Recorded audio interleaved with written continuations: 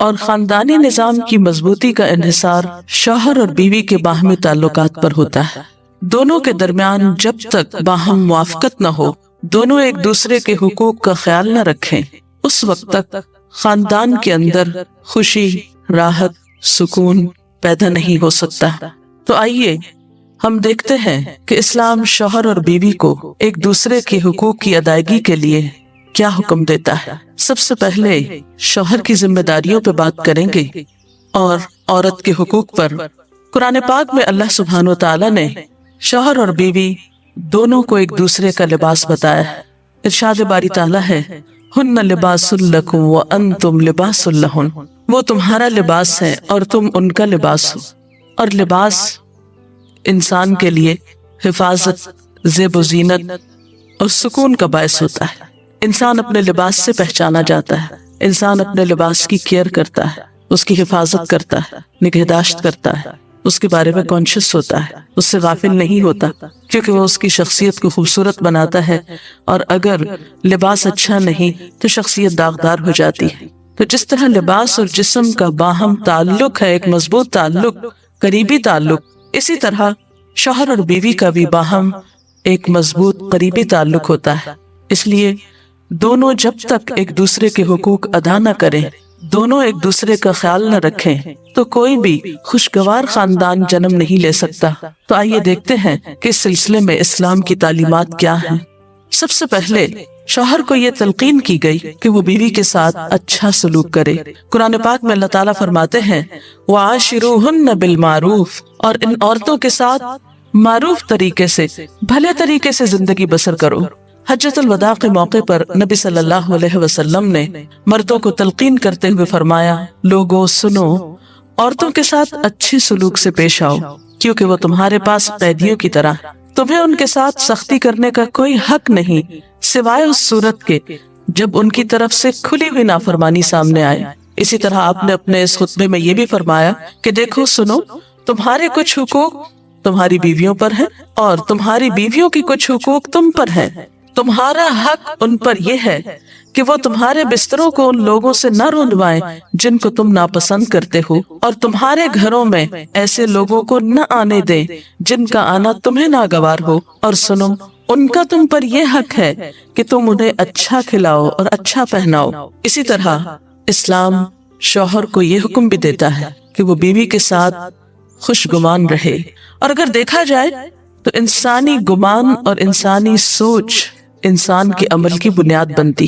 آپ کسی کے ساتھ بھی اچھا سلوک اسی وقت کر سکتے ہیں جب آپ اس کے بارے میں حسن ظن رکھتے ہوں، اس کے بارے میں اچھی سوچ رکھتے ہوں، اس کے لیے برا نہ چاہتے ہوں۔ اسی لیے ہم دیکھتے ہیں کہ قرآن پاک میں اللہ سبحانہ و تعالیٰ تنقین فرماتے ہیں کہ فَإِن كَرِهْتُمُوهُنَّ فَعَسَىٰ أَن تَكْرَهُوا شَيْئًا وَيَجْعَلَ اللَّهُ فِيهِ خَيْرًا كَثِيرًا، کہ اگر وہ تمہیں کسی وجہ سے ناپسند بھی ہو تو ہو سکتا ہے کہ ایک چیز تمہیں پسند نہ ہو، مگر اللہ تعالیٰ نے اسی میں تمہارے لیے بہت کچھ بھلائی بنا رکھی ہو۔ اس مفہوم کو آپ صلی اللہ علیہ وسلم نے ایک حدیث میں یوں بیان کیا ہے کہ کوئی مومن اپنی مومنہ بیوی سے نفرت نہ کرے۔ اگر بیوی کی کوئی عادت اس کو پسند نہیں تو ہو سکتا ہے کوئی دوسری خصلت اس کو پسند آ جائے۔ اسی طرح بیوی کے ساتھ عفو درگزر کی روش اختیار کرنے کا بھی حکم دیا گیا ہے، کیونکہ گھر میں 100 معاملات ایسے ہو سکتے ہیں جن میں دونوں کو ایک دوسرے سے اختلاف ہو، یا ایک دوسرے کی کوئی بات ناپسند ہو، یا ایک دوسرے کی طرف سے کچھ زیادتی ہو۔ تو ایسی صورت میں جب تک معاف کرنے کی روش پر عمل نہ کیا جائے بہتری نہیں ہو سکتی، کیونکہ انسان تو خطا کا پتلا ہے، غلطی تو اس سے ہوگی۔ اس لیے قرآن پاک میں خاص طور پر اہل ایمان کو حکم ہے، یا ایھا الذین آمنوا ان من ازواجکم و اولادکم عدو لکم، اے لوگو جو ایمان لائے ہو، تمہاری بعض بیویاں اور اولاد تمہارے دشمن ہو سکتے ہیں، فاحذروہم، ان سے محتاط رہو، وَإِن تَعْفُوا وَتَصْفَحُوا وَتَغْفِرُوا فَإِنَّ اللَّهَ غَفُورٌ رَحِيمٌ، پھر اگر تم معاف کر دو، بخش دو، عفو درگزر سے کام لو، تو بے شک اللہ تعالیٰ بھی غفور الرحیم ہے۔ معاف کرنے کے لیے یہاں پر 3 الفاظ ایک جگہ پر استعمال ہوئے ہیں، تعفو، تصفحو، تغفرو۔ اس سے آپ اندازہ لگا سکتے ہیں کہ کس قدر تاکید ہے معاف کرنے کی۔ اور ایک اچھا گھرانہ معاف کیے بغیر ایک دوسرے کو وجود میں آ ہی نہیں سکتا۔ نبی صلی اللہ علیہ وسلم نے خاص طور پر عورت کے ساتھ اچھے سلوک کی تلقین کرتے ہوئے فرمایا، عورتوں کے ساتھ اچھا سلوک کرو، عورت پسلی سے پیدا کی گئی ہے اور پسلیوں میں سب سے زیادہ اوپر کا حصہ ٹیڑھا ہے، اس کو سیدھا کرو گے تو ٹوٹ جائے گی، چھوڑ دو گے تو ٹیڑھی رہے گی، بس عورتوں کے ساتھ اچھا سلوک کرو۔ بعض اوقات یہ سمجھا جاتا ہے کہ اس میں شاید عورتوں کی توہین کی گئی، نہیں، اس میں عورت کی فطرت کو بتایا گیا ہے کہ اس کے اندر ایک خاص طرح کے جذبات اللہ تعالیٰ نے پیدا کیے ہیں۔ مرد عموماً زیادہ عقل سے کام لیتے ہیں جبکہ عورت جذبات سے کام لیتی ہے، تو مرد اپنی سوچ کے مطابق عورت سے معاملہ نہ کرے بلکہ عورت کی پوزیشن کو دیکھتے ہوئے، اس کے جذبات کو دیکھتے ہوئے اس سے معاملہ کرے اور حسن سلوک کرے تو خاندانی زندگی زیادہ خوشگوار ہو سکتی ہے۔ پھر اسی طرح بیوی کے ساتھ خوش اخلاقی کا برتاؤ کرنے کا حکم دیا گیا۔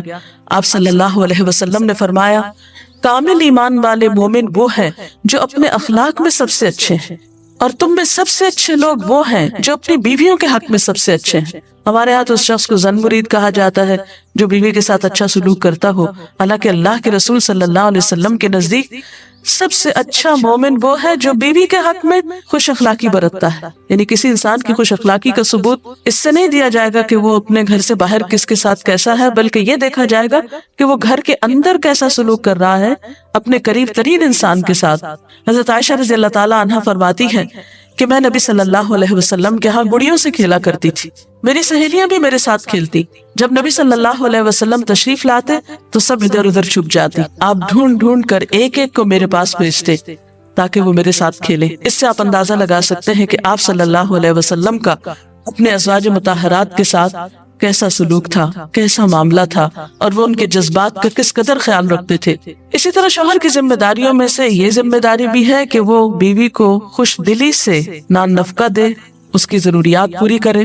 اس سے نہ صرف یہ کہ دنیاوی اعتبار سے وہ اپنی ذمہ داری پوری کرے گا بلکہ آخرت کے اعتبار سے بھی وہ بہترین اجر و ثواب کا مستحق ہوگا۔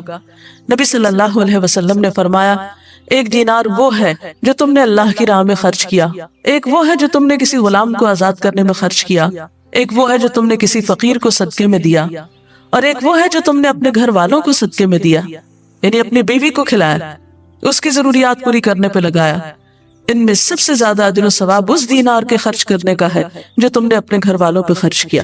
وہ لقمہ جو شوہر اپنی بیوی کو کھلاتا ہے وہ شوہر کے حق میں صدقہ لکھا جاتا ہے، یعنی فریضے کی ادائیگی تو اپنی جگہ، لیکن اس کا خرچ کرنا اس کے لیے باعث ثواب ہے اس مد میں۔ پھر اسی طرح بیوی بچوں کی دینی تعلیم و تربیت یہ بھی شوہر کی ذمہ داری۔ قرآن پاک میں اللہ تعالیٰ فرماتے ہیں، یا ایھا الذین آمنوا قوا انفسکم واہلیکم نارا، اے لوگوں جو ایمان لائے ہو، اپنے آپ کو اور اپنے گھر والوں کو آگ سے بچاؤ۔ قرآن پاک میں نبی صلی اللہ علیہ وسلم کے ذریعے امت کو حکم دیا گیا ہے وَأْمُرْ أَهْلَكَ بِالصَّلَاةِ وَاصْطَبِرْ عَلَيْهَا، کہ اپنے گھر والوں کو نماز کا حکم دو اور خود بھی اس کی پابندی کرو۔ اسی طرح بیوی کے لیے بھی کچھ احکامات ہیں، بیوی کی بھی کچھ ذمہ داریاں ہیں جو اسے شوہر کے حق میں پوری کرنا ہے۔ پہلی ذمہ داری یہ کہ بیوی خوشی کے ساتھ شوہر کی اطاعت کرے۔ قرآن پاک میں نیک عورتوں کی صفت یہ بتائی گئی ہے فَالصَّالِحَاتُ قَانِتَاتٌ، نیک عورتیں فرما بردار ہوتی ہیں، ایک طرف اللہ کی اطاعت گزار اور دوسری طرف شوہر کی اطاعت گزار۔ شوہر کی اطاعت کے بارے میں ایک حدیث میں آتا ہے، آپ صلی اللہ علیہ وسلم نے فرمایا، دو قسم کے لوگ ایسے ہیں کہ جن کی نمازیں ان کے سروں سے اوپر نہیں جاتی، ایک وہ غلام جو اپنے آقا سے بھاگ جائے جب تک کہ واپس نہ آئے، اور دوسرے وہ بیوی جو اپنے شوہر کی نافرمانی کرے جب تک کہ نافرمانی سے باز نہ آ جائے۔ یہاں تک حکم ہے کہ بیوی شوہر کے معاملے میں کسی دوسرے کی بات نہ مانے، یعنی شادی کے بعد ایک عورت جب شوہر کے گھر چلی جاتی ہے تو پھر شوہر کا حق سب سے بڑا ہو جاتا ہے۔ بعض اوقات ہمارے معاشرے میں ایک طرف شوہر کچھ کہتا ہے، دوسری طرف والدین کچھ کہتے ہیں، تیسری طرف کسی اور کا مشورہ کچھ ہوتا ہے، عورت بیچاری بیچ میں پس جاتی۔ ایسے موقع پر عورت کے لیے کیا لازم ہے، اس کی پرائرٹی کیا ہوگی کہ وہ اپنے شوہر کی بات مانے۔ عورت کی دوسری بڑی ذمہ داری اپنی آبرو اور عزت و عصمت کی حفاظت ہے۔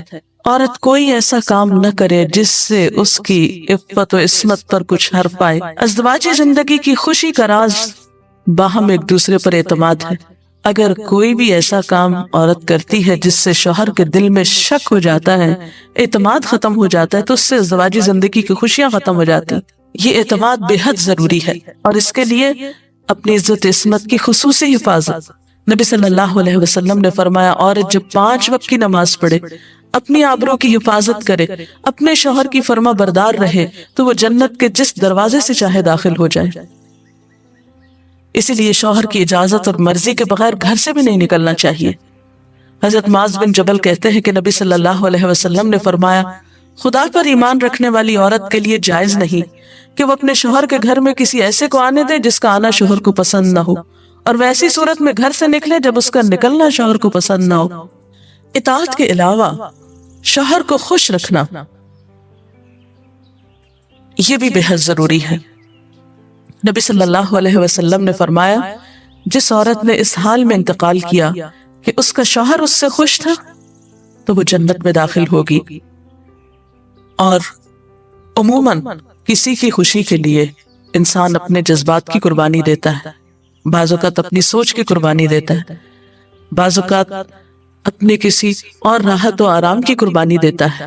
تو ایک عورت جب اپنے شوہر کو خوش کرتی ہے تو جواباً اس کے لیے خوشی پلٹتی ہے۔ اس لیے گھریلو زندگی کی خوشی کا انحصار اسی بات پر ہے کہ دونوں ایک دوسرے کے لیے قربانی کے جذبات رکھتے ہوں، ایک دوسرے کے لیے رحمت اور ایک دوسرے کے لیے مودت کا ذریعہ ہوں، جیسا کہ قرآن پاک میں شادی کا مقصد یہ بتایا گیا کہ دونوں کے درمیان باہم مودت اور رحمت کے جذبات ہوں، ایک دوسرے کے لیے سکون کا باعث ہوں، تاکہ انسانی زندگی بہترین طریقے پر رواں دواں رہے۔ اسی طرح شوہر سے محبت کا اظہار کرنا، اس کے ساتھ وفادار رہنا، اس کا احسان ماننا یہ بھی بے حد ضروری ہے۔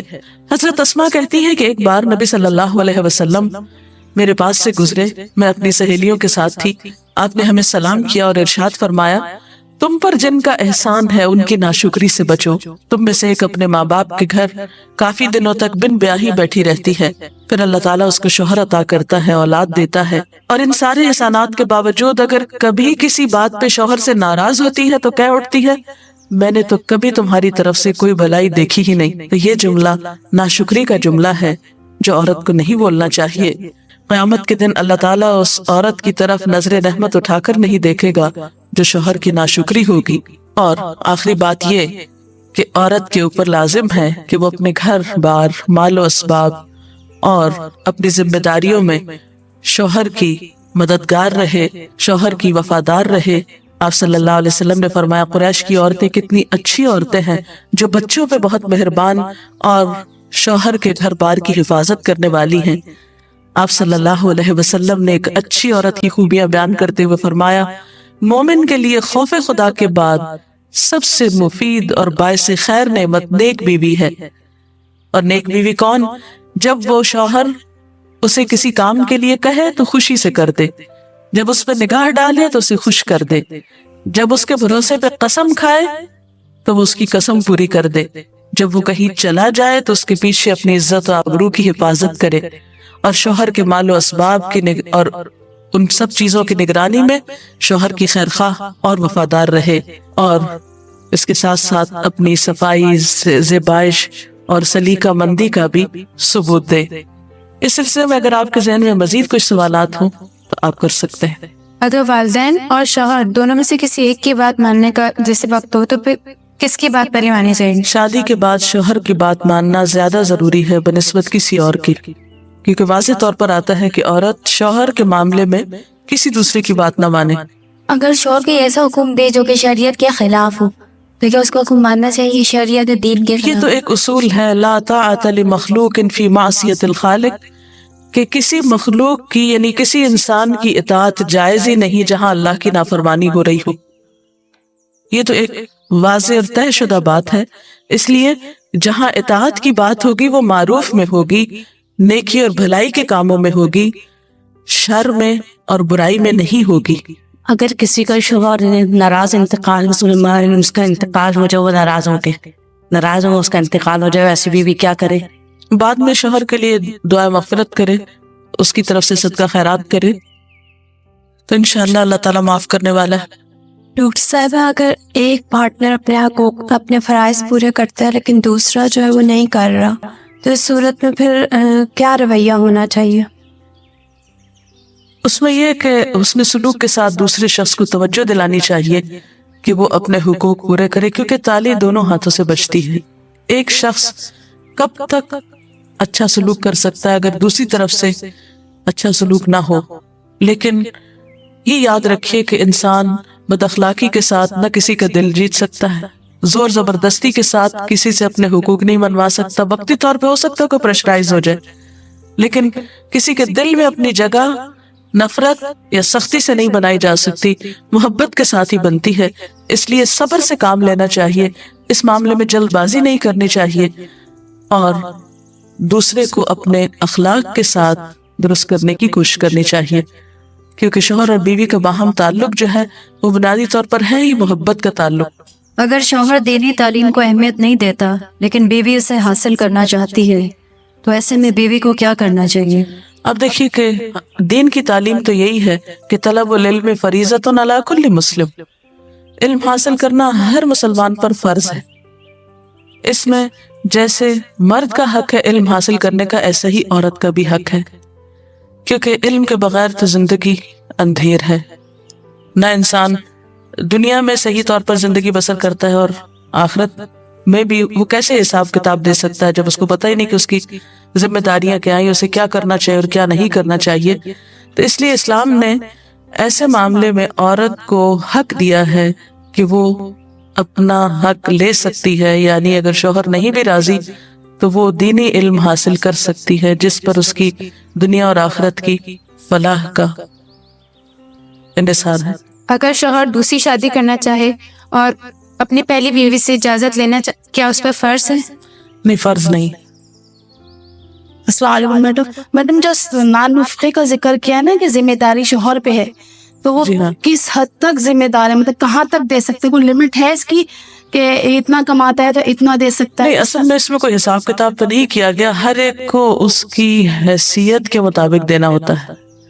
جو وسعت والا ہے وہ زیادہ خرچ کرے گا، جو کم حیثیت والا ہے وہ اپنی حیثیت کے مطابق کرے گا، لیکن بنیادی ضروریات بیوی بچوں کی پورا کرنا شوہر کی ذمہ داری ہے، جس میں تعلیم، رہائش، خوراک، لباس، دوا، علاج، معالجہ، یہ سب شوہر کی ذمہ داری۔ ڈاکٹر صاحب آپ نے کہا کہ یہ باہم اعتماد کا رشتہ ہے میاں بیوی کا۔ اب میاں تو بیوی پہ اعتماد کرتا ہے، اگر بیوی کو اس پہ نہیں اعتماد ہے کہ وہ کچھ چھپاتا ہے یا کچھ نہیں بتاتا ہے، بیوی کو کہاں تک اجازت ہے کہ وہ اس بات کو کریدے، اس سے پوچھے؟ میرے خیال ہے کہ بعض اوقات معاملات کریدنے سے اور زیادہ خراب ہوتے ہیں، اور بعض اوقات انسان بلا وجہ کسی وہم کا شکار ہوتا ہے، شیطان وسوسے ڈالتا ہے اور انسان کو غمگین اور پریشان رکھتا ہے۔ تو اس میں یہ ہے کہ انسان کو تجسس کرنے سے منع کیا گیا ہے، کیونکہ اس سے حاصل کچھ نہیں ہوتا، اور انسان کے ظاہر پر ہی معاملہ کرنا چاہیے اس سے۔ اس کے ساتھ ہی آج کے پروگرام کا وقت ختم ہوتا ہے، اب اجازت چاہتے ہیں۔ السلام علیکم ورحمۃ اللہ وبرکاتہ۔